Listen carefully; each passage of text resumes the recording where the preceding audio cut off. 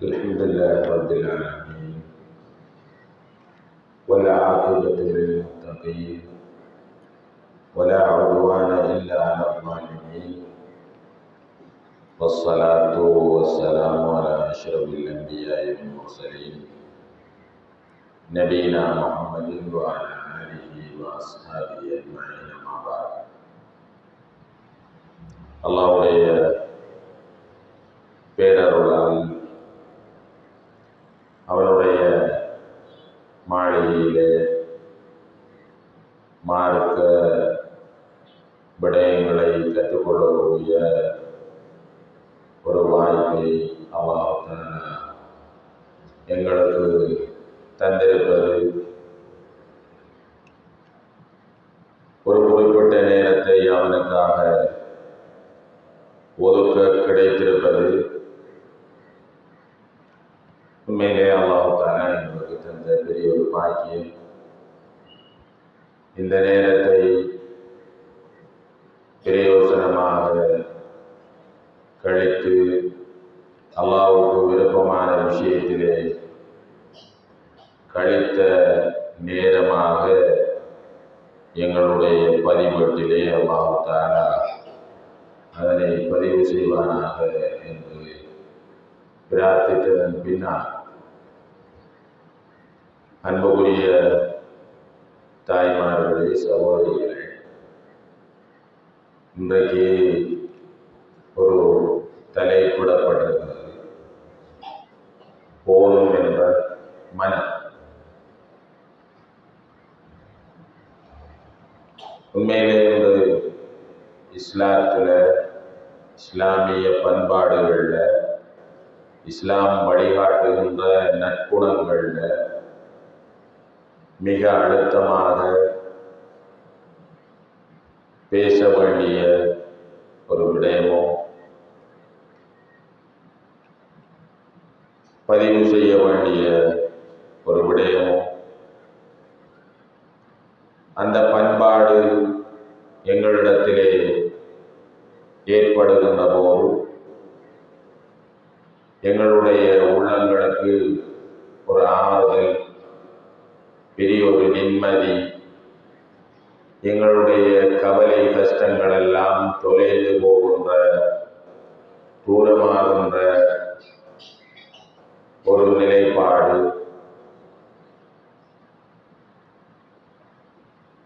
உலக வாழ்க்கையை பற்றிய அல்லது உலக விடயங்களிலே இருக்கின்ற ஆசையும் ஹவாவும் எங்களுடைய மனங்களிலே இருந்து இல்லாமல் போகின்ற, கழட்டி விடப்படுகின்ற ஒரு பண்பாடுதான் இந்த போதும் என்ற மனம். இன்றைக்கு யாரிடம்தான் இது இருக்கின்றது என்று தேடி பார்க்க வேண்டிய ஒரு, நாங்கள் பெரும்பாலானவர்கள் தொலைத்து விட்டு இருக்கிற ஒரு விஷயமாக இந்த விஷயம் இருக்கு. ஏதோ ஒரு விஷயத்தில் திருப்தி அடைகின்ற தன்மை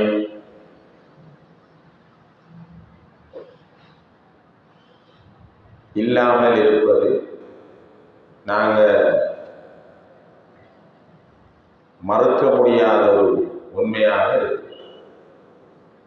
ஏதோ ஒரு விஷயம்,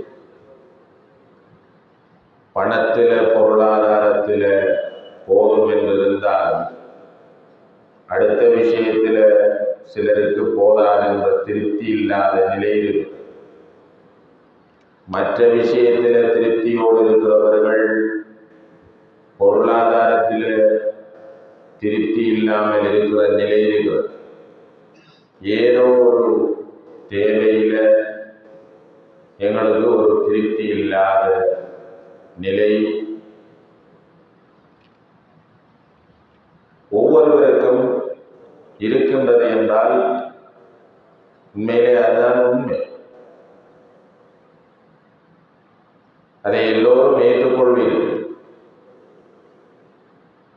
எனக்கு எல்லாம் போதும் என்ற திருப்தியிலே இருப்பவர்கள் என்பது மிக அரிதாகி கொண்டு வருகின்ற ஒரு காலத்தில் நாங்கள் இருந்தோம். ஏனென்றால் வாழ்க்கையினுடைய தேவையும் சுமையும் அதிகரித்து வாழ்க்கையில போட்டித்தன்மைகள், வாழ்க்கையில இன்னொருவருடைய வாழ்க்கையோடு ஒப்பிட்டு பார்க்கின்ற, அடுத்தவருடைய வாழ்க்கையோடு அனுமானித்து பார்க்கின்ற, ஒப்பிட்டு பார்க்கின்ற இந்த தன்மைகள் அதிகரித்து அதிகரித்து போதும் என்ற தன்மையை இல்லாமலாக்கி, போதும் என்ற மனதை இல்லாமலாக்கி. எனவேதான் இந்த சந்தர்ப்பத்தில் எங்களுக்கு ஒரு ஆறுதலாக, எங்களோட மனசுக்கு ஒரு திருப்தியாக, அல்லாஹ்விடத்தில் பெரிய ஒரு அந்தஸ்தையும் கூலியையும் பெற்றுத்தரக்கூடிய ஒரு பண்பாடை பற்றி தான் நாங்கள் அந்த தலைப்பு விடப்பட்டிருக்கிறது. அந்த போதும் என்ற தன்மை, கிடைத்ததை வைத்து திருப்தி அடைகின்ற தன்மை, சொற்பமேனும் பொருந்திக் கொள்கின்ற தன்மை இல்லாம போனதுதான் எங்களோட குடும்பங்களுக்கு இடையில பிரச்சனைகளும், கசப்பான விஷயங்களும், கவலையான சம்பவங்களும், உறவுகள் இல்லாம போயிருக்கிறது, பேச்சுவார்த்தைகள், தொடர்பாடல்கள் இல்லாம போயிருக்கிறதுக்கும் காரணம் அதுதான். எனவே இஸ்லாத்தின் நிழலில் இது எவ்வளவு முக்கியத்துவம் வாய்ந்த பண்பு என்பதை இந்த சந்தர்ப்பத்திலே பார்க்க இருக்கிறோம். அந்த வகையிலே இந்த போதும் என்ற அல் கனா என்று அரபுல சொல்வார்கள். அல் கனா, போதும் என்ற தன்மை. இதற்கு பல்வேறு அர்த்தங்களை கொடுக்கலாம். ஒன்று,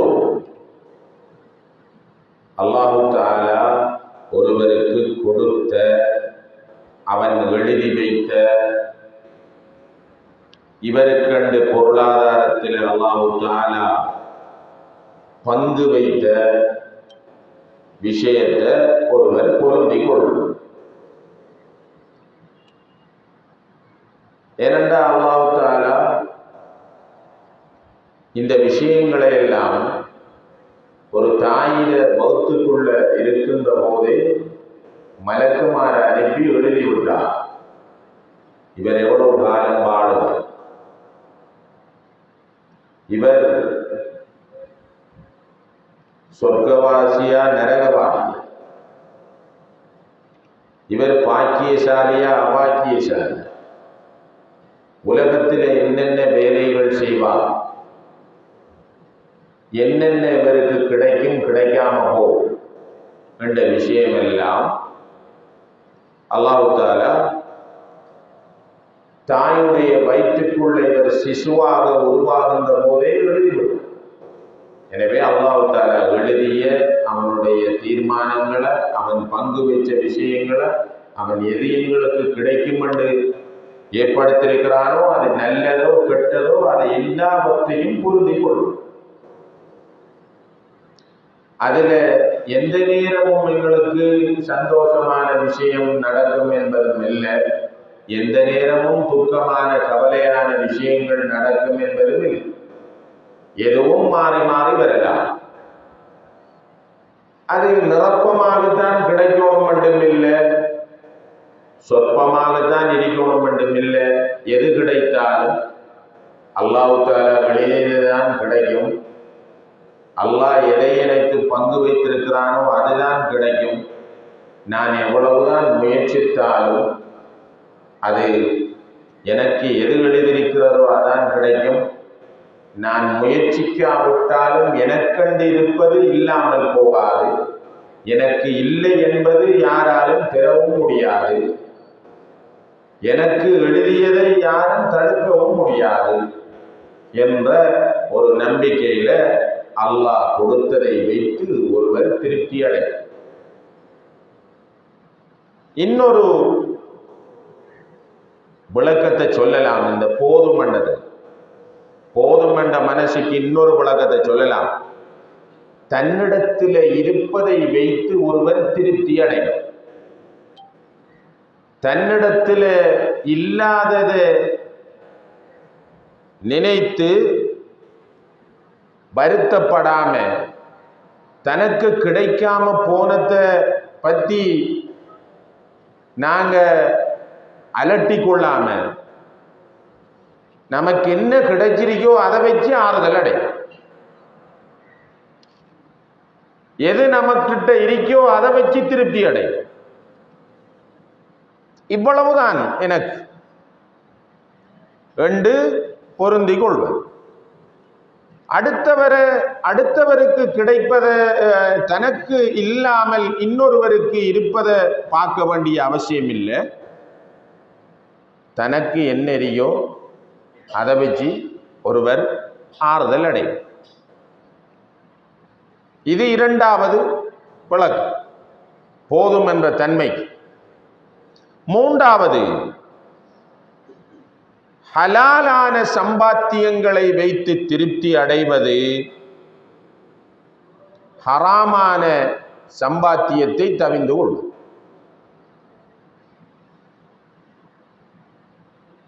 இப்ப ஹலாலான சம்பாத்தியம் அதுக்கு நாங்க போனா எங்களுக்கு கிடைக்கவே மாட்டோம். ஹலாலான வழியில, நியாயமான வழியில, தர்மமான வழியில உண்மையை பேசி கலப்படம் செய்யாம, மோசடி செய்யாம, இருட்டடிப்பு செய்யாம நாம தேட தோங்கினா எங்க சம்பாதிக்கும்? பொய் சொல்லணும், வட்டிக்கு கொடுக்கணும், ஹராமான வழிகளை ஃபாலோ பண்ணணும். இப்படியான வழிகளை விட்டுட்டு அல்லாஹ்க்கு விருப்பமில்லாத ஹராமான, அல்லாஹ் தடுத்த, அல்லாஹ் ஹராமாக்கிய, அல்லாஹ்வுடைய வெறுப்பை பெற்றுத்தரக்கூடிய, அழிவு மோசடியை பெற்றுத்தரக்கூடிய, பலாய் முசீபத்தை ஏற்படுத்தக்கூடிய ஹராமான விஷயத்திலிருந்து நாம கொஞ்சம் கிடைச்சாலும் ஹலாலானே தேடுவோம் என்ற மனநிலவா. எதை அடைவதற்கும் ஹலாலா முயற்சி. ஒரு பொருளாதாரத்தை தேடுறதுக்கோ, ஹலாலான சம்பாத்தியத்தை, அது குறைவாக வந்தாலும் அதுல பறக்கத்திரிக்கும் என்று ஒருவர் தன்னிறைவடைவர். ஹராத்து போன நிறைய சம்பாதிக்கலாம், ஆனா அந்த பக்கமும் போயிடப்படாது. என்ன கஷ்டம் வந்தாலும், என்ன பிரச்சனை வந்தாலும் ஹராத்துக்கு நாங்க போறல, ஹலாலா கொஞ்சம் வந்தாலும் போதும் என்ற நிலைமை ஏற்படுவது இந்த போதும் என்ற தன்மையா. அப்படித்தான் இன்றைக்கு உலகத்துல அதுக்கு வழியிற்கு திறந்து விடப்பட்டிருக்கிறது. அதுக்கு அழைத்து கொண்டு திரிறார். குறுகிய காலத்துக்குள்ள தேடிடலாம். என்னையா இருந்தாலும் அது பொருளாதார தேடுதல் மட்டுமில்லை. ஒரு ஆளுக்கு ஒரு சுயினம் ஏற்படும், ஒரு நோய்வாய் ஏற்பட்டு தீராத நோய், வைத்தியர்கிட்ட போய் போய் போய் போய் போய் பார்க்கம் வேண்டிய வைத்தியர்களை அணுறம்.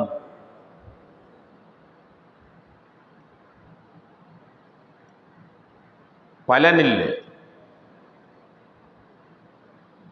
ஒருவர் வந்து சொல்றார், ஒரு நல்ல ஒரு பரிசாரி இருக்கார், அவர் கையை பிடிச்சா பழைய அத்தனை சரித்திரத்தையும் சொல்றார். டாக்டர் மாதிரி ஸ்கேன்ல பண்றதையெல்லாம் சொல்றார். இப்படி அவர்கிட்ட தண்ணி ஓதுங்க அல்லது ஒரு ஷிர்கான விஷயங்களை செய்யுங்கன்னு சொல்லுவார். என்னென்றாலும் நோய் குணமாகணும் போடு நாங்கள் எங்கட அந்த பொறுமையை இழந்து அல்லாஹ் ஒரு சோதனைக்கு தந்திருக்கிறான் என்பதை மறந்து அல்லாஹ் இதில் என்ன சோதிக்க பார்க்கான்ங்கிறதையெல்லாம் அப்படியே அலட்டி கொள்ளாம என் நோய் சுகமா,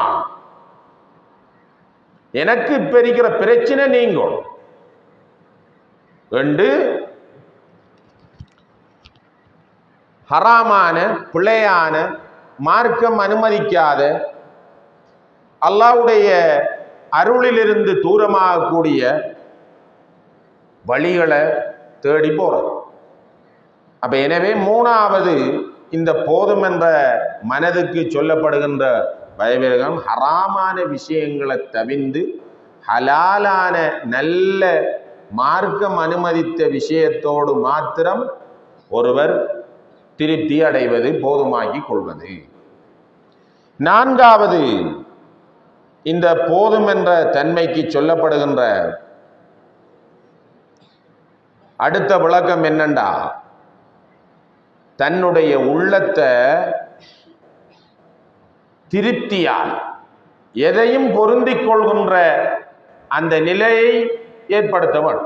தன்னுடைய மனசில் எதையும், அது நல்லதோ சந்தோஷமானதோ அல்லது கவலையானதோ, எதையும் பொருந்திக் கொள்கின்ற அமைப்பில் தன்னுடைய மனதை ஒருவர் பக்குவப்படுத்திக் கொள்வது,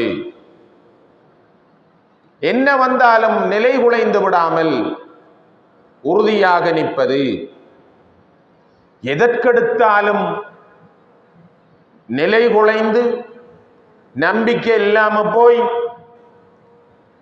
முறைப்பாடுகளே சொல்லிக் கொண்டு என்னதான் எனக்கு பறக்கத்தே இல்லை, எனக்கு தொழிலும் நஷ்டம், எதில் இறங்கினாலும் எனக்கு பிரச்சனை, தொழில பிரச்சனை, எல்லாத்திலையும் பிரச்சனை, என்ன துரத்தி கொண்டே இருக்குது என்று நம்பிக்கை இழந்து அல்லாஹ்வுடைய தீர்மானங்களை எல்லாம் எதிர்த்து தாங்கிக் கொள்ளாம, பொறுமை இல்லாம, சகிப்புத்தன்மை இல்லாம ஒருவர் கிளந்தெழுந்து அல்லாஹ்வுடைய தீர்மானத்துக்கு எதிராக பேசுவது, அப்படி பேசாம தன்னுடைய மனதை எது வந்தாலும், மூமினுடைய பண்பு, அசையாத ஈமான் உள்ளவர்களுடைய பண்பு, அஜபன் லி அம்ரில் முஃமின் என்று சொன்னார் ரசூலுல்லாஹ். மூமினுடைய விஷயம் ஆச்சரியமான, பொதுவா எல்லாருக்கும் மேலாது, வலைஸ தாலிக இல்லா லி முஃமின் என்று சொன்னார் ரசூலுல்லாஹ். மூமினை தவிர யாருக்கும் இருக்காது இந்த நிலைப்பாடு. மனிதர்களுடைய தன்மைக்குத்தானே பலவீனமானவர்கள் மனிதர்கள். ஏதாவது நல்லது நடந்தா பெருமை அடிச்சு தம்பட்டம் அடிச்சு திரிவா. அவர்களுக்கு சந்தோஷமான ஏதாவது, அவர்கள் திருப்தி அடையக்கூடிய ஏதாவது விஷயம் நடந்தா தம்பட்டம் அடிச்சு அல்லாவை மறந்து இது என்ன வழியால வந்துச்சு, இதை யாரு தந்தான் என்கிறதையெல்லாம் மறந்து அடுத்தவருக்கும் கொடுக்காம, அடுத்தவரை நினைச்சு பார்க்காம, நான் உழைச்சது, நான் தேடினது, எந்த முயற்சி, என்னுடைய அர்ப்பணிப்பு என்று சொல்லி பெருமை அடிச்சு மனித இயல்பு. இரண்டாவது பகுதி, கவலையான விஷயங்கள் நடந்தா நிலை குலைந்து விடுவார். எனக்கு இப்படித்தான், என்ன தொழுது என்ன பலன், ஹஜ்ஜி செஞ்சு என்ன பலன், அல்லாஹ்விட்ட துஆ கேட்டு என்ன பலன், எந்த குடும்பத்திலான அந்த பிரச்சனைகள் வரணும், எனக்குத்தானா இப்படி பிரச்சனைகள் வரணும் என்று சொல்லி நிலை குலைந்திருவார். இது மனித இயல்பு. அப்ப ஆனால் மூமினுடைய பண்பு அது அல்ல. நல்லது நடக்கும் போது நன்றி உணர்வோடு இருப்பான். அல்ஹம்துலில்லாஹ், அல்லாஹ் எனக்கு தந்திரியான், அல்லாஹ் தான் இது தந்தேன், என்ற முயற்சி கொஞ்சம்தான், அல்லாஹ் தந்திரியான், அல்லாஹ் நாடிரியான். என்று ஏற்றுக்கொண்டு பெருமை அகங்காரம் பெறாம அவனுக்கு சுக்குர் செய்து அவனுடைய நிஅமத்தை நினைத்து அல்லாஹ்வை பெருமிதப்படுத்துகின்ற ஒரு நிலைமை, கவலையான விஷயங்கள் வருகின்ற போது, தன்னை உலுக்குகின்ற செய்திகள் வருகின்ற போது நிலை குலைந்து விடாமல் அல்லாஹ்வுடைய ஏற்பாடு என்று தாங்கிக் கொள்வது. இது மூமினை தவிர யாருக்கு மேலாது என்று சொன்னார் ரசூல். அல்லாஹ்வை பற்றிய அசையாத நம்பிக்கை வைத்தவனை தவிர யாருக்கு மேலாது இந்த வேலை. இதுதான் ஆச்சரியம். மனிதர்களுடைய விஷயம் பொதுவாக தெரியும் எங்களுக்கு எல்லாருக்கும். ஆனா மூமினுடைய விஷயம் ஆச்சரியம். அப்ப இயல்பான விஷயம் வந்துட்டு நிலை குலைந்துருவான் மனுஷன். ஆனா மூமின் நிலை குலையாம இருப்பான். ஒரு பிரச்சனை வரும்போது நின்று தாங்கக்கூடியவனாக, அல்லாஹ்வுடைய நாட்டத்தை பொருந்தி கொள்ளக்கூடியவனாக, அதை பத்தி முறைப்பாடு செய்யாதவனாக, அல்லாஹ்வை நொந்து கொள்ளாமல் இருக்கிற ஒரு நிலை என்பது, இன்றைக்கு ஒரு பிள்ளை மௌத்தானாலும் பெற்றோர் தாய்மார் உணர்ச்சி வசப்பட்டு அதையும் இதையும் பேசுற, அல்லாஹ்க்கு அல்லாஹ் என்ன பார்க்கலையே, எந்த குடும்பத்திலான அந்த சோதனையை தரணும் என்று அல்லாஹ்வுடைய அந்த தீர்மானங்களை நொந்து கொண்டு பேசுகின்ற அமைப்பு இருக்கிறது. இது போதும் என்ற தன்மை அல்ல.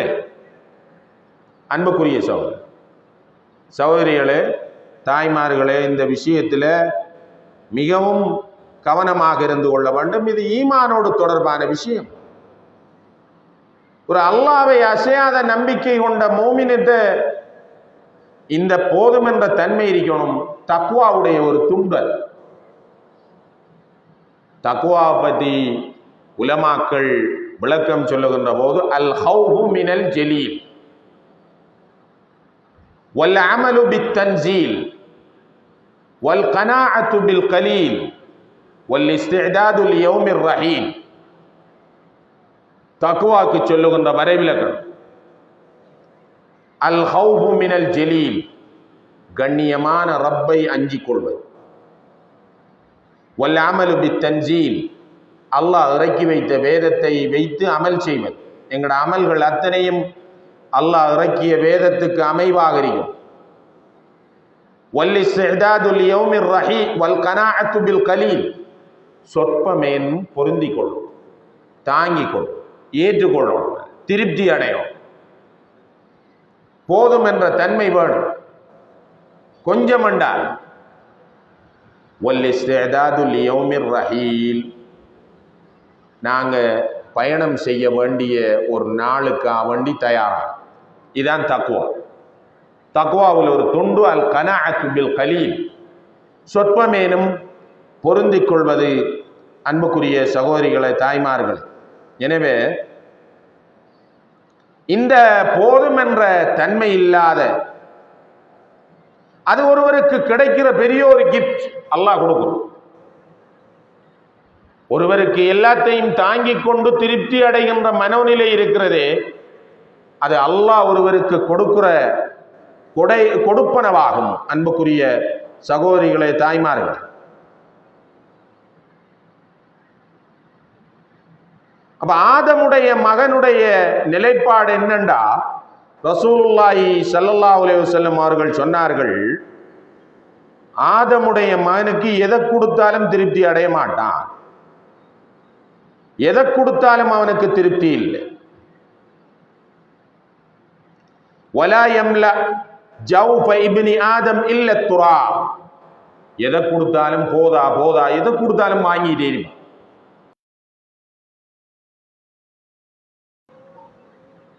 அல்ஹம்துலில்லாஹ் என்று சொல்லுகின்ற தன்மை அதிகமானவர்கள்ட்ட இல்லை. ஆதமுடைய மகன் தன்மைதான் வலா யம்லா ஜௌஃப இப்னி ஆதம் இல்ல துராப். அவன் மௌத்தானா மண்ணைத்தான் கொண்டு வச்சு அவனமோ, வேற ஒன்றும் இல்லை. அவன் சேர்த்த செல்வமும் இல்லை. அவன் எனக்கு போதா போதா போதாண்டு உழைச்சானே, தேடினானே, ஓடினானே, போட்டி போட்டானே, சுரண்டி எடுத்தானே, அபகரித்தானே, அவன் மாடா மாடி கட்டி வாழ்ந்தானே, அவன் இங்கே சௌகரியமாக சுற்றி திரிஞ்ச வாகனம், ஹராம் ஹலால் பார்க்காம தேடின எல்லாத்தையும் கொண்டு வரல. மண்தான் அவனுடைய வாயை, அவனுடைய வயிற்றை நிரப்பும் என்று ரசூலுல்லாஹி ஸல்லல்லாஹு அலைஹி வஸல்லம் அவர்கள் சொன்னார். தேடினதெல்லாம் உலகத்தில் எரியும். தேடினதெல்லாம் யாரோ பயன்பெறுவார், அல்ல யாரோ அபகரிப்பார், யாருக்கோ சொந்தமாகும் பொறோ அவருக்கு பயனில்லை. அதால அவர் தேடினத்தால அவர் கபருக்கு ஏதாவது தேடியிருந்தா அது கூட வரும். அவர் சொத்தால அவர் ஹஜ்ஜி செஞ்சிருந்தா வரும். அவர் சொத்துல இருந்து அவர் ஜகாத்து கொடுத்திருந்தா வரும். அவர் சொத்துல இருந்து தேவையானவர்களுக்கு தேவையான இடங்களுக்கு பொது இடங்களுக்கு தர்மம் செஞ்சிருந்தா வரும். இல்ல எனக்கு போதா போதா போதா ஹராம் ஹலால் பார்க்காம தேடி தேடி அலைஞ்சி யாரு பாதிக்கப்பட்டாலும் ஒண்ணுமில்லை, யாரை எடுத்தாலும் ஒண்ணுமில்லை, யாருக்கு எப்படி நடந்தாலும் ஒண்ணுமில்லை, நான் எனக்குத்தான் எல்லாம் வேணும் என்ற அந்த திருப்தி இல்லாம ஹவாவுல பேராசையில அல்லாஹ்வுடைய அந்த வரம்புகளை பார்க்காம மீறி அத்துமீறி ஹராமான வழியை சற்றும் பயம் இல்லாம துணிஞ்சு செஞ்சு தேடின சொத்துக்கள் எல்லாம் கூட்டறியும், ஊர்ல எரியும், பேங்கில் எரியும். கடைசி மண் தானே அவருக்கு. அதை கொண்டு போய் நாங்க நிரப்புறோம். யதார்த்தமான செய்தியை ரசூலுல்லாஹி ஸல்லல்லாஹு அலைஹி வஸல்லம் அவர்கள் சொன்னார். அல்லாஹ் தஆலா திருமறையில சொல்றான், وَأَمَّا الْإِنسَانُ إِذَا مَا ابْتَلَاهُ رَبُّهُ فَأَكْرَمَهُ وَنَعَّمَهُ فَيَقُولُ رَبِّي أَكْرَمَنِ. ஆதமுடைய மாண்ட இயல்பிரிகிறே அல்லாஹ் தஆலா இதா மப்தலாஹு ரப்புஹு ஃபஅக்ரமஹு வனஅமஹு, அவனுக்கு அல்லாஹ் தஆலா அவனை கண்ணியப்படுத்தி அவனுக்கு அல்லாஹ் தஆலா அருளை கொடுத்து வேண்டியதை எல்லாம் திறந்து கொடுத்து வசதி வாய்ப்பை எல்லாம் ஏற்படுத்தினா சொல்லுவான், ஃபயகூலு ரப்பி அக்ரமன், என்ன அல்லாஹ் தஆலா கண்ணியப்படுத்தியான் கௌரவப்படுத்தியான் என்று சொல்லுவான் என்ற இயல்புதான். وَأَمَّا إِذَا مَا ابْتَلَاهُ فَقَدَرَ عَلَيْهِ رِزْقَهُ فَيَقُولُ رَبِّي أَهَانَنِ. அல்லாஹ் தஆலா இவனுடைய ரிஸ்கை மட்டுப்படுத்தி கொடுத்தா, இவனுக்கு கொஞ்சமாக கொடுத்தா, இவனுக்கு அளவோட கொடுத்தா அல்லாஹ் தஆலா என்ன கண்ணியப்படுத்தியானா இழிவுபடுத்தியான் என்று சொல்லுவான். அஹானன். இதான் மனுஷன் தன்மை. எவ்வளவு கொடுத்தாலும் போதா. அல்லாஹ் தஆலா பாதுகாத்த ஆக்களை தவிர, அல்லாஹ் தஆலா இந்த பெரிய கொடுப்பனவு கொடுக்கப்பட்ட ஆக்களை தவிர இது எல்லாருக்கும் ஏழுமான விஷயமும் இல்லை, எல்லாருக்கும் அல்லாஹ் தஆலா கொடுத்திருக்கிற விஷயமும் இல்லை. எனவே இந்த தன்மை எங்கள்கிட்ட நாங்கள் வளர்க்கணும். அன்புக்குரிய தாய்மார்களே, சகோதரிகளே. அப்ப ஒருவர் பார்க்கணும், ஒருவர் கிடைத்ததை வைத்து திருப்தி அடையணும், அல்லாஹ்வுடைய தீர்மானத்தை பொருந்தி கொள்ளணும். வல் கத்ரி கைரிஹி வ ஷர்ரிஹி மினல்லாஹி தஆலா என்று நாங்கள் ஈமான் கொண்டார்கள். நன்மை தீமை என்பது அல்லாஹ் தஆலா தான் தருகின்றான் என்று நாங்கள் ஏற்றுக்கொண்டார்கள். நாம ஒன்றை விரும்புவோம், அது எங்களுக்கு பாதகமாக இருக்கு. அஸா அன் துஹிப்பு ஷைஅன் வ ஹுவ ஷர்ருல் லக்கும் என்று அல்லாஹ் சொல்றான். நாம ஒன்றை விரும்புவோம், அது எங்களுக்கு ஆபத்து அறியும்.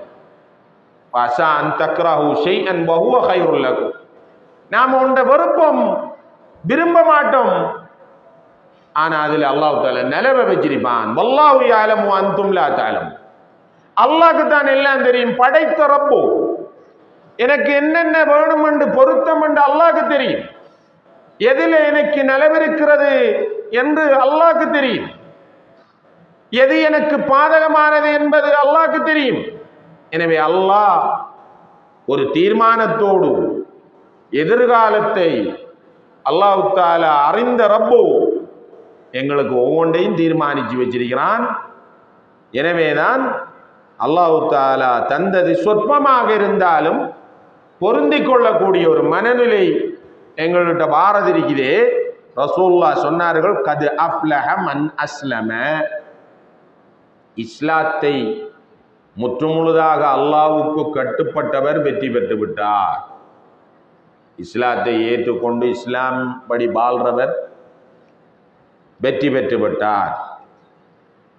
அப்ப இஸ்லாத்தில் வாழ்ந்து இஸ்லாமிய அடிப்படையில் வாழ்ந்து கஃபாஃபன், போதுமான அளவுக்கு அவருக்கு ரிசுக்கு கிடைச்சிருக்கு. போதுமான அளவுக்கு, மேல் மிச்சமாகவும் இல்லை ஆடம்பரத்துக்கும் இல்லை, போதுமான அளவுக்கு ரிசுக்கு கிடைச்சி. எது போதுமானது என்பதை பின்னுக்கு வார ஹதீஸ் விளங்கப்படுது. எது ஒரு ஆளுக்கு போதுமங்கிறது. அப்ப அல்லாஹ் தஆலா போதுமான அளவுக்கு அவருக்கு யாருக்கு ரிசுக் அளிக்கப்பட்டு அல்லாஹ் கொடுத்ததை திருப்தி அடைகிற அந்த தன்மை இருக்கிற ஆள் வெற்றி பெற்று விட்டார். இவருக்கு தான் வெற்றி. மறுமையிற வெற்றியும் உலக வெற்றியும் இவருக்கு தான். அடிபணிந்து அளவுக்கு அல்லாஹ்வுடைய ரிசுக்கை பெற்று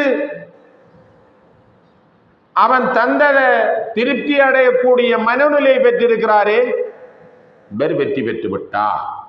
ரசூலுல்லாஹ் சஹாபாக்கள்கிட்ட கேட்டா, ஒரு காலை நேரத்தில் மன் அஸ்பஹ மின்கும் ஆமினன் ஃபீ சிர்பிஹி முஆஃபி ஃபீ ஜஸதிஹி இந்தஹு கூத்து யௌமிஹி ஃபகஅன்னமா ஹீஸத் லஹு துன்யா.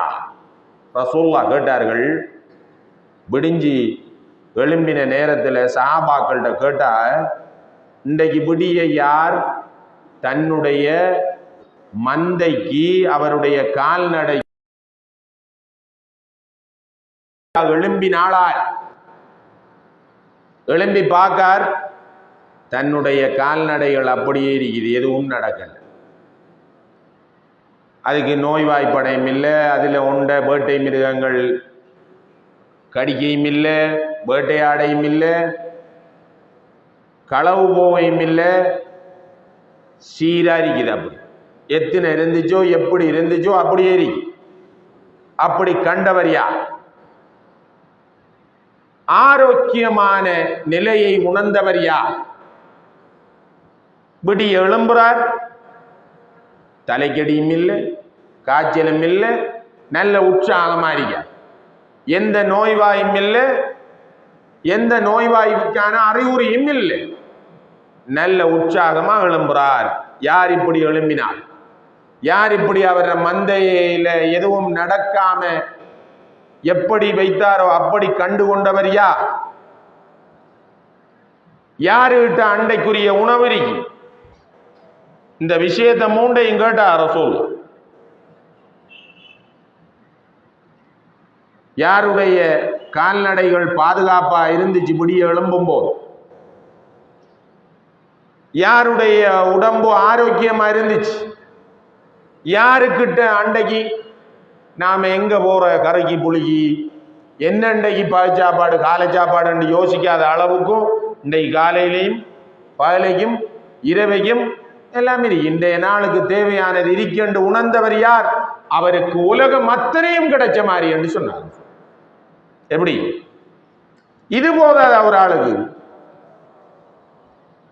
அவர் பொருளாதாரம், அவர் சம்பாத்தியம், அவருக்கு வருமானம் தேடக்கூடிய கால்நடை அப்படியோ இருக்கு, உடம்பு ஆரோக்கியமா இருக்கு, அன்றைக்குரிய உணவு இருக்கு, நாளைக்கு வேணும், அடுத்த பரம்பரைக்கு வேணும், இதை நாம் பெருக்கி கொள்ளணும். எனக்கு அடுத்த பெருநாளைக்கு என்ன இருக்குது, அடுத்த வருஷத்துக்கு என்ன இருக்குது, புள்ளட கல்யாணத்துக்கு என்ன இருக்குது, பிள்ளைய வளர்க்க என்ன இருக்குது என்றதையெல்லாம் யோசிக்க தேவையில்லை ஒரு ஆள். அந்த நாள் என்ன இருக்குது என்று பாரு. நாம விடிஞ்சி அல்லாட உதவியால சிறுமவுத்திலிருந்து எழும்ப கிடைச்சிச்சு, எழும்புறோம். அல்லாஹ் தஆலா இன்னொரு நாள் வாழ்ற பாக்கியத்தை தந்திரியான். அடுத்த நாளை யோசிக்காதங்க. அடுத்த நாள்ல நீங்க இருப்பீங்களோ இல்லையோ தெரியும். அன்றைக்கு உங்களுக்கு உடம்பு ஆரோக்கியமா இருந்தால், உங்களோட வருமானம் தரக்கூடிய அந்த வருவாய் தரக்கூடிய தொழில் எதுவும் நடக்காம இருந்தால், உங்களுடைய சொத்து அதுக்கு எதுவும் நடக்கல, அப்படியோ இருக்குது. உங்களுக்கு அண்டைக்குரிய உணவும் இருக்கு. அப்ப ஒரு மூமினை பொறுத்தவரையில ரசூலுல்லாஹ் சொன்னதுதான், இதா அஸ்பஹ்த ஃபலா தன்தஸிரில் மஸா, காலையை அடைந்தால் மாலையை நீ காத்துக்கிட்டு இருக்காது, மாலையை எதிர்பார்க்காது, மாலை ஆகட்டும் என்று எதையும் தாமதிக்காது. மாலை உனக்கு கிடைக்கும், கிடைக்காம போகும். அதனாலதான் அன்றைக்கு இருந்த உலகம் அத்தனையுமே அவனுக்கு கிடைச்ச மாதிரி. வேற என்ன வேணும்? இதுதான் ஒரு மூமின் சொற்பமேனும் பொருந்திக் கொள்ளும். இவ்வளவும் இருந்தா காண். இந்த தன்மை இருக்குதா, இந்த மனோநிலை இருக்குதா? நாங்க யோசிக்கிறதெல்லாம் நாம வாழுவோமோ உயிரோடு இருப்போமோ தெரியாது. அதுக்கு அடுத்த நாள் 10 வருஷத்து 50 வருஷத்துக்கு பின்னால அப்ப நாம அப்படித்தானே திட்டம் காட்டுறோம். மறுமை நாளைக்கு முடிவில்லை. இந்த உலகம், இந்த உலகத்தில் ஏற்பாடு செய்யற அத்தனைக்கும் ஒரு முடிவிருக்கு. இந்த உலகம் அழிஞ்சே தீரும், இந்த கற்ற வீடு இடிஞ்சே தீரும், இந்த வாகனம் அழிஞ்சே தீரும், இந்த சொத்துக்கள் முடியும், எல்லாத்துக்கும் அழிவிருக்கு. அழிவில்லாத நாள் இருக்குது, முடிவில்லாத நாள் இருக்குது. நாங்க 5 வருஷமோ 2 வருஷமோ நாளையோ நாளை மறுநாளோ ஒன்று பார்த்துட்டோம். நாம உயிரோட இருப்போம்ங்கிறதுக்கு என்ன உத்தரவாதமும் இல்லை. இன்னா கதைச்சிட்டு இருந்து போட்டு போனால் வீதி விபத்தாம் என்று கேள்விப்படுறோம். அண்ணா கதிரையில் அமர்ந்துட்டு இருந்தால் சின்ன ஒரு காய்ச்சல் தான், என்ன நடந்தன்னு தெரியாண்டு கேள்விப்படுறோம். என்ன நடந்ததோ என்று நாங்க பேசிக்கொள்றோம். அப்படி இருக்குது. அன்றைக்குரிய சாப்பாடு, எங்கட வருமானம், எங்கட உடம்புல உற்சாகம் இருந்தா இதை விட என்ன தேவை ஒரு மூமினுக்கு? எனவே ஒரு மூமின் இன்றைக்கு உலகத்தில் வாழுமோ சந்தேகமான அந்த உத்தரவாதம் இல்லாத விஷயங்களுக்கெல்லாம் என்னென்ன திட்டம், ஒரு வயர் வாங்குறண்டா, ஒரு பல்ப் வாங்குறண்டா, ஒரு பேன் வாங்குறண்டா, ஒரு கல் வாங்குறண்டா, செவருக்கு ஒரு சீமெந்தி எடுக்கிறண்டா, இத்தனை வருஷத்துக்கு நிக்குமாது? இந்த கம்பி, இந்த கட்டடத்துக்குள்ள இருக்கிற கான்கிரீட் கம்பி 100 வருஷம் அது அதனுடைய ஆயுட்கால். இது உலக விஷயங்களுக்கெல்லாம் பெரிய திட்டமும் கற்பனை கோட்டைகளும் கட்டுறோம் நாங்க. ஆனா மறுமைக்கு எந்த திட்டமும் இல்லை. எனவே மறுமை ஒன்று இருக்குது. நாங்க வாழ வந்தவர்கள் அல்ல, எங்களுக்கு மவுத் ஒன்று இருக்குது, எல்லாத்துக்கும் முடிவொன்று இருக்குது, இதெல்லாம் தீண்டே போகும் என்ற நம்பிக்கையோடு இருக்கிற ஆளுக்குத்தான் போதும் என்ற மனநிலை பெறும். அன்புக்குரிய சகோதரிகளே, தாய்மார்களே, எனவே இந்த ஹவால், இந்த பேராசை, இந்த ஜீரணிக்க முடியாத தன்மை, இந்த போதும் என்று ஏற்றுக்கொள்ளுகின்ற மனநிலை இல்லாமல் இருப்பது இன்றைக்கு எங்களுக்கு இடையில மௌத்த மறந்து போட்டியை ஏற்படுத்தும், பொறாமையை ஏற்படுத்தும், உள்ளத்துல நிம்மதி இல்லை, காழ்ப்புணர்வு, அடுத்தவனுடைய மகிழ்ச்சியை தாங்க இயலாத, அடுத்தவனுடைய முன்னேற்றத்தை தாங்க இயலாத ஒரு காழ்ப்புணர்வு வந்திருக்கு. அவனை போல வாழ்ந்து பார்க்கணும் என்ற நிம்மதி இல்லாம போயிருக்கிறது. எங்களுக்கு நாங்க சைக்கோ ஆயிருக்கோம், மனநலம் பாதிக்கப்படுறீங்க, எங்களுக்கு குழப்பம், எங்களுக்கு தூக்கம் இல்லை, எங்கட முகத்துல சிரிப்பில்லை.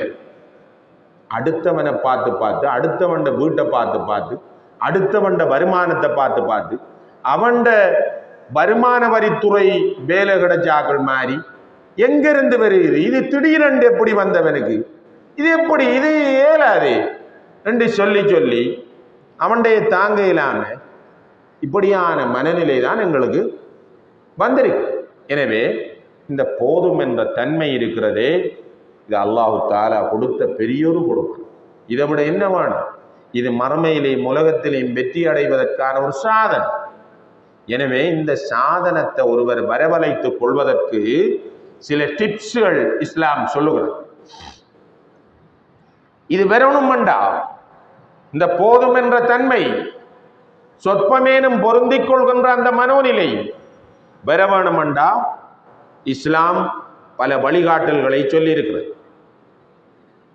ரிஸ்க் கொடுப்பவன் அல்லாதான் என்ற அசையாத நம்பிக்கை எங்களிடத்திலே ஏற்படணும். முதலாவது இந்த போதும் என்ற மனநிலை வாரண்டா ரிஸ்க் பங்கு வைக்கிறவன் அல்லாதான், யாரும் இல்லை. எங்களுக்கு அரசாங்கம் தாரதும் இல்லை, உம்மா பாப்பா தாரதும் இல்லை, மற்றவர்கள் தாரதும் இல்லை. அப்படி மற்றவர்கள தங்கி தங்கி தங்கி தங்கி நம்பி நம்பிதானே எங்கட நிம்மதி எல்லாம் போயிருக்கி. ரிஸ்க் தாரவன் அல்லாஹ் என்று யார் அந்த திருப்தியும் அந்த ஈமானம் ஒருவரிடத்தில் வருகிறோ அவருக்கு தான் இந்த போதும் என்ற மனநிலை வரும், எதையும் தாங்கிக் கொள்கின்ற நிலை வரும், சொற்பமேனும் பொருந்திக் கொள்கின்ற அந்த பெருந்தன்மை வரும். அல்லாஹ் தஆலா ஏன் வாக்களிக்கிறான் குர்ஆன்ல, இன்னல்லாஹ் ஹுவர் ரஸ்ஸாகு துல் குவத்தில் மதீன். இந்த உலகத்தில் எல்லாருக்கும் ரிஸ்க் அளிக்கிறவன் அவன்தான், அவருக்கு கொடுத்தவனும் அவன்தான், எனக்கு அளவோட தந்திருக்கிறவனும் அவன்தான் என்பதை ஒருவர் அசையாத நம்பிக்கை வைக்கணும். அல்லாஹ் தஆலாதான் எல்லா பவரும் இருக்குது, எல்லாத்துக்கும் சக்தி வாய்ந்தவன். நாங்க யோசிச்சு யோசிச்சு சாத்தியம் இல்லை, இது ரெண்டு முடிவெடுக்க தேவையில்லை. ஏனென்றா அல்லாஹ் எல்லா பவரும் இருக்குது. நான் எப்ப முன்னேறேன், எனக்கு எப்ப பொருளாதாரம் பாரு, நான் எப்படி வாழ்க்கையில இப்படித்தான் என்ற நிலைமை கழிய போவதோ என்ற நிராசை அல்லாஹ்வுல நம்பிக்கை வைத்தவருக்கு இருக்க முடியாது. எனவே ரசூலுல்லாஹ் சொன்னார்கள், லைஸல் கினா மின் கத்ரத்தில் மால், அதிகமான சொத்துக்கள் இருப்பது செல்வம் அல்ல. அதிகமான சொத்துக்கள், வீடு பங்களா வளவு வாகனம் தொழில் பேட்டைகள் இருப்பதல்ல செல்வம். செல்வம் என்பது உள்ள போதும் என்ற தன்மை வருவதுதான். இன்னமல் கினா கினன் நஃப்ஸ், நஃப்ஸில மனதில பணக்காரன் இருக்கும். மனதளவில் ஒருவர் செல்வமாக இருப்பது, அதுதான் கொஞ்சம் என்றாலும் பொருந்திக் கொள்வது. ஹலாலான முறையில தேடுவது, ஹராத்தை விட்டும் தூரமாகுவது, அல்லாஹ் தஆலா தந்ததை ஏற்றுக்கொள்வது, இதுதான் உண்மையிலே செல்வம் என்று ரசூலுல்லாஹி ஸல்லல்லாஹு அலைஹி வஸல்லம் அவர்கள் சொன்னார்கள்.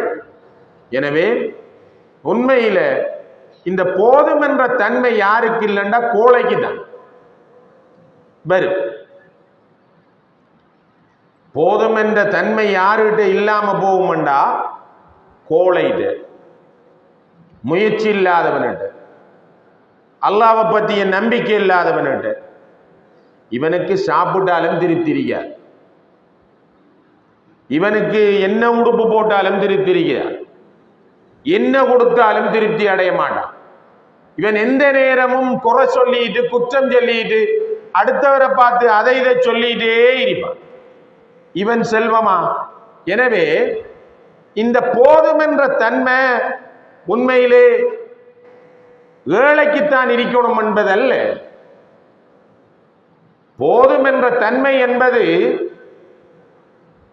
மனசில் இருக்க வேண்டிய ஒரு தன்மை, அது ஏழைக்குத்தான் இருக்கணும் என்பது அல்ல. பணக்காரன்கிட்டையும் அந்த போதும் என்ற தன்மை இருக்கும். எப்படி? அவன் அடுத்தவர்களுடைய ஹக்க கொடுக்கணும், அல்லாஹ்வுடைய நிஅமத்தை நினைச்சு சுக்ர் செய்யணும், அல்லாஹ் தந்திருக்கிறான் என்கிறத முழுமையாக நம்பணும். தந்தவன் எடுப்பான் சுருட்டுவான் என்று அவனுக்கு அந்த நம்பிக்கை இருக்கும். அப்ப தந்ததை அதற்குரிய ஹக்குக்குரிய ஆட்களுக்கு பகிர்ந்தளிக்கணும். இதுதான் அவனுக்கு இருக்க வேண்டிய போதும் என்ற தன்மை. அப்படி அவன் செல்வந்தன்கிட்ட அப்படி ஒரு போதுமான தன்மை இல்லைண்டா இன்னும் தேடிட்டே இருப்பான், யாருக்கும் கொடுக்க மாட்டான், ஹக்குகளை மதிக்க மாட்டான், ஏழை எளியவர்களை மதிக்க மாட்டான். அவன் இன்னும் சேர்த்து வைக்கணும். யஹ்ஸபு அன்ன மாலஹு அஹ்லதா, அவனுடைய பணத்தால தான் அவன் நிரந்தரமா வாழணும், நம்மளை வாழ வைக்கும், அதான் எண்ணி தேடிட்டே பணம் தான் எல்லாத்தையும் செய்யும் என்ற நம்பிக்கையில தேடிட்டே இருப்பான். அவன் தேடலுக்கு முடிவிருக்காது. அவன் நப்சில இன்னும் அவன் பணக்காரனால், மனதளவில் அவன் பணக்காரனால், மனதளவுல போதும் என்ற தன்மை அல்லாஹ் தந்திருக்கான். நாம கொடுப்போமே, கொடுத்தா குறையாதே, இன்னும் அல்லாஹ் அல்லாஹ் தந்தது தானே என்ற எண்ணம் பாரது பணக்காரனுக்குரிய போதுமான தன்மை. ஏழைக்குரிய போதுமான தன்மை தான் நாங்க என்ன எல்லோருக்கும் ஞாபகத்துக்கு பாரது போதும் என்ற தன்மை என்பது இழந்தவன், இல்லாதவன், வறியவன், செல்வம் இல்லாதவன், இவனுக்குத்தான் அந்த போதும் என்ற தன்மை இருக்கணும் என்ற அந்த எண்ணப்பாடுதான் இருக்கு.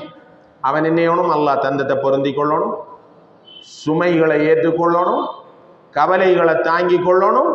இது அவனுக்கு இருக்க வேண்டிய போதும் என்ற தன்மை. போதும் என்ற தன்மை ஏழைக்கும் இருக்கணும், பணக்காரனுக்கும். அன்புக்குரிய சகோதரிகள், எனவே இந்த போதும் என்ற தன்மையை வரவழைக்கக்கூடிய விஷயங்களை தான் நாங்க பார்த்துக்குவாங்க. அப்ப நான் ஏற்கனவே சொன்னது போன்று பணக்காரனுக்கு இந்த போதும் என்ற தன்மை இருக்கணும்ங்கிற விஷயத்துல ரசூலுல்லாஹி ஸல்லல்லாஹு அலைஹி வஸல்லம் அவர்கள் சொன்னார்கள், மனிதர்களே இத்தகுல்லாஹ், அல்லாஹ்வை பயந்து கொள்ளும். எல்லா விஷயத்திலையும் அல்லாஹ்வை பயந்து, வஅஜ்மிலு ஃபித் தலப், உங்களுடைய தேட்டங்களிலே நீங்க தேடுகின்றீர்களே அது நல்ல முறையில் தேடிக்கொள்ளும், நல்ல அமைப்பில் தேடிக்கொள்ளுங்க, அதுல கலப்படம் இல்லாம தேடிக்கொள்ளுங்க, அதை தூய்மையா தேடிக்கொள்ளுங்க. அப்ப தூய்மை இல்லாம எது வந்தாலும் ஒன்றும் இல்லை, பணம் பெறணும் என்று தேடுறவன் அவன் போதும் என்ற தன்மை இல்ல. அதனாலதான் ரசூலுல்லாஹ் அல்லாஹ்வை பயந்துக்கங்க, நீங்க உங்களுடைய தேட்டங்களை நல்ல முறையில தேடிக்கொள்ளுங்க, உங்களுடைய சம்பாத்தியம் சிறந்ததா அறியும், ஹலால் அறியும், தூய்மை அறியும், மற்றவனுடைய மனம் நோகாம அறியும், உங்களுடைய மனதுக்கு ஜீரணிக்கக்கூடிய அமைப்பில் எரியும். எனவே வாஜிமிலு பித்தலப், ஏனென்றா ஃபஇன்ன நஃப்ஸன் லன் தமூத ஹத்தா தஸ்தவ்பி ரிஸ்குஹா வ இன் அப்தா அன்ஹா, யாரும் அல்லாஹ் அவனுக்கு வச்ச ரிஸ்க் கிடைக்காம மௌத்தாரும்,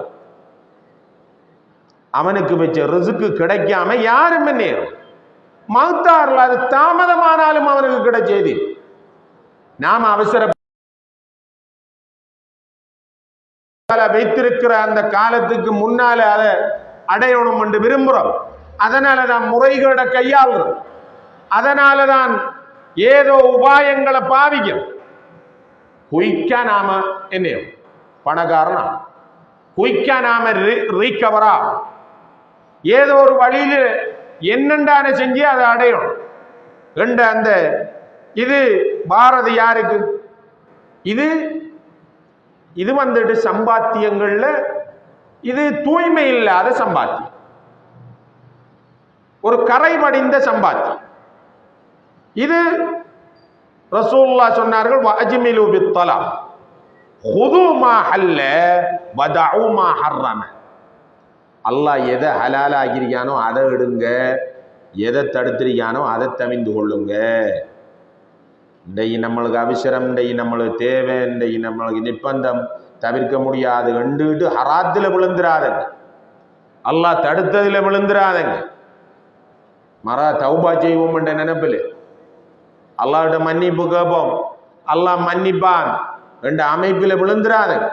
பேணுதல் அறிவு, அது எவ்வளவுதான் வந்தாலும் ஹராம் என்று வரும்போது பேணுதல் அறிந்து கொள்ளுங்கோ. உங்களுடைய தேட்டங்களை சரியாக தேடிக்கொள்ளுங்க, நீங்க தூய்மையாக தேடிக்கொள்ளுங்க என்று ரசூலுல்லாஹி ஸல்லல்லாஹு அலைஹி வஸல்லம் அவர்கள் சொன்னார். இந்த சந்தர்ப்பத்தில் அன்புக்குரிய தாய்மார்களே, சகோதரிகளே, ஆமிர் இப்னு அப்து கைஸ் ரலியல்லாஹு அன்ஹு ஒரு செய்தியை சொன்னார். என்ன செய்தி என்றா, 4 வசனங்கள் அல்லாஹ்வுடைய வேதத்தில் இருக்கு, அல்லாஹ்வுடைய குர்ஆன்ல 4 ஆயத்துகள் இருக்குது. இந்த 4 ஆயத்தையும் நான் மாலையில ஓதினா மாலையை பத்தி கவலைப்படுறதே இல்லை. மாலையில என்ன நடக்கும், என்ன இதைமன்றதை பத்தி கவலைப்படுறதே இல்லை. காலையில ஓதினா காலை பொழுதை பத்தி நான் கணக்கெடுக்கிறதே இல்லை என்று சொன்ன 4 வசனம் அல்லாஹ்வுடைய வசனம். அதுல முதலாவது வசனம் பாத்திர்ல வருகின்ற 35வது வசனம், சூரத்து பாத்திர்ல வருகின்ற 35வது வசனம், மா யஃப்தஹில்லாஹு லின்னாஸி மிர் ரஹ்மா ஃபலா மும்சிக லஹா வமா யும்சிகு ஃபலா முர்சில லஹு மின் பஅதிஹி. அல்லாஹ் தஆலா யாருக்கு எந்த ரஹமத்தை திறந்து கொடுக்க நாடுறானோ அதை யாரும் தடுக்க முடியாது. முதலாவது வசனம் பாத்திர்ல வார 35வது வசனம், அல்லாஹ் தஆலா யாருக்கும் அவனுடைய அருள் கதவை திறக்க நாடினா யாரும் மூடையில, யாரும் தடுக்கல.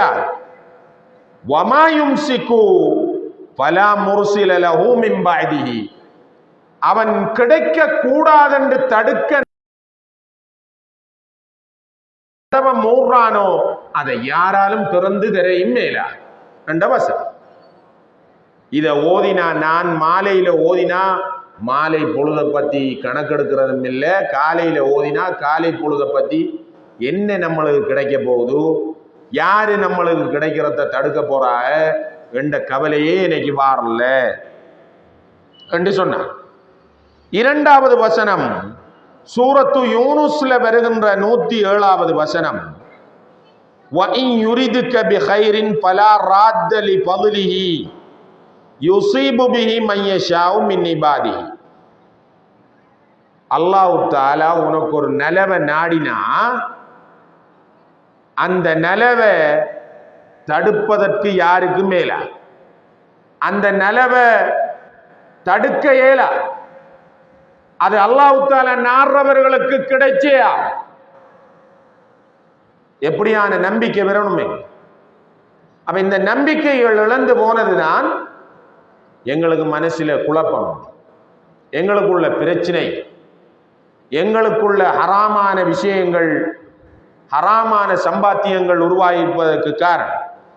அடுத்தது சூரத்து ஹூதுல வருகின்ற 6வது வசனம், வமா மின் தாப்பத்தின் ஃபில் அர்தி இல்லா அலல்லாஹி ரிஸ்குஹா வ யஅலம் முஸ்தகர்ரஹா வ முஸ்தௌதஅஹா குல்லுன் ஃபீ கிதாபின் முபீன்.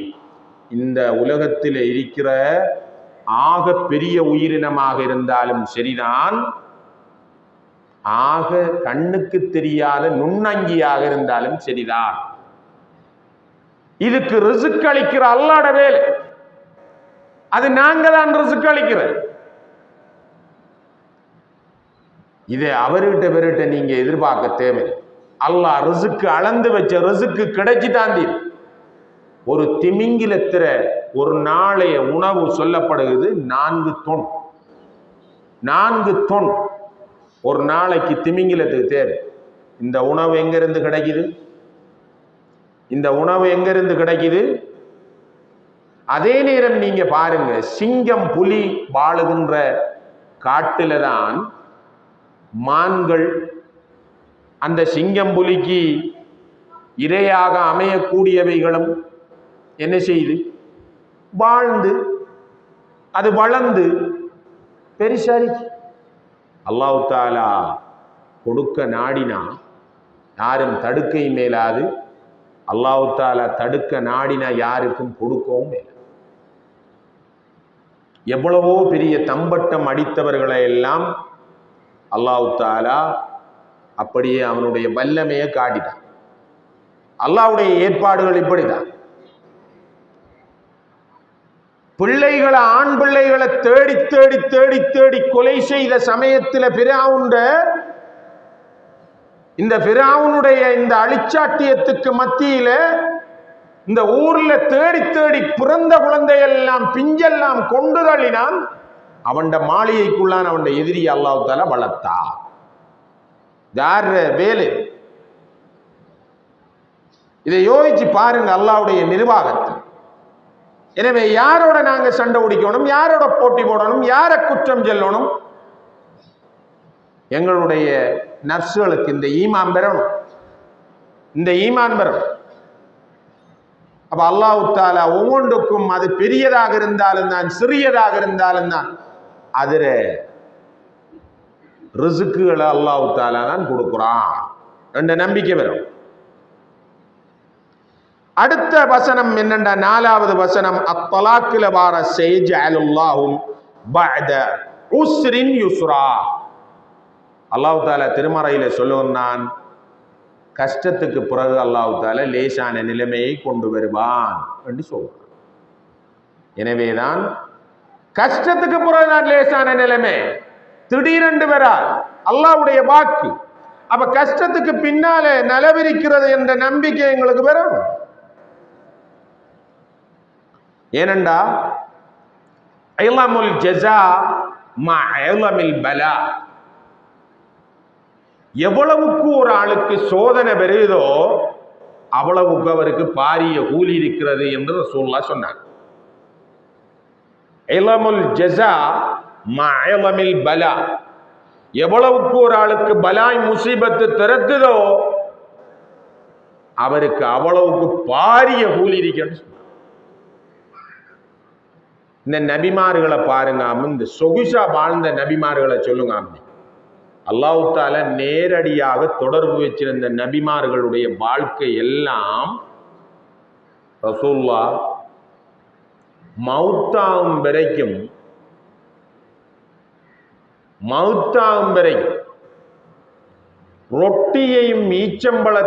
ரொட்டியையும் பாலை ஒரு நாளையில 2 தடவை சாப்பிட்டதே கிடையாது வயிறு நிறையும்.